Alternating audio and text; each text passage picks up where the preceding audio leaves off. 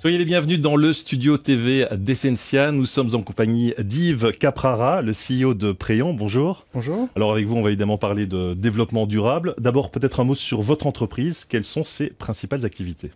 Préon, c'est le leader mondial dans les technologies de l'acide phosphorique, et en particulier de l'acide phosphorique purifié ou alimentaire. Alors parlons un peu de la protection des consommateurs. Comment les produits de la chimie s'inscrivent-ils dans le développement durable ? Depuis quelques années, on est soumis à une législation qui s'appelle REACH, mais qui est là pour protéger, pour garantir la sécurité du consommateur, et en particulier en termes d'écotoxicité. Parlons aussi du cycle de la vie. C'est important. Aujourd'hui, les produits ont une vie plus longue. Oui, le cycle de la vie des produits. Donc, il y a la fabrication des produits. Il faut tenir compte, évidemment, de l'acheminement des matières premières et de l'empreinte CO2 du transport des matières premières.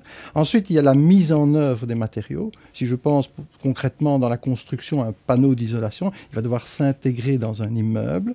Et puis, il faut penser 20-30 ans après à la fin de vie du matériau, c'est-à-dire son recyclage dans les bonnes conditions, ou bien la destruction, la mise en décharge du matériau.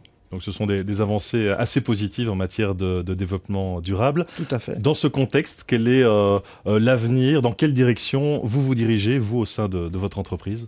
Notre entreprise est située en Europe, en Wallonie, en Flandre, mais ce qui est important, c'est que l'Europe dispose de peu de matières premières dans un contexte mondial où il y a épuisement des matières premières et dans un coût de l'énergie plus élevé qu'aux États-Unis, par exemple, puisque eux vont vers le gaz de schiste. Nous, on ne peut pas.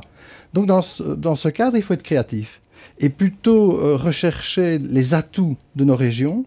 Et je pense en particulier aux friches industrielles. Mais il faut les utiliser pour justement recréer ce qu'on appelle une économie circulaire et de profiter de ça pour être compétitif. Eh bien, merci beaucoup pour toutes ces explications. Merci à vous de nous avoir suivis. Je rappelle que d'autres témoignages sont accessibles sur le site d'Essentia.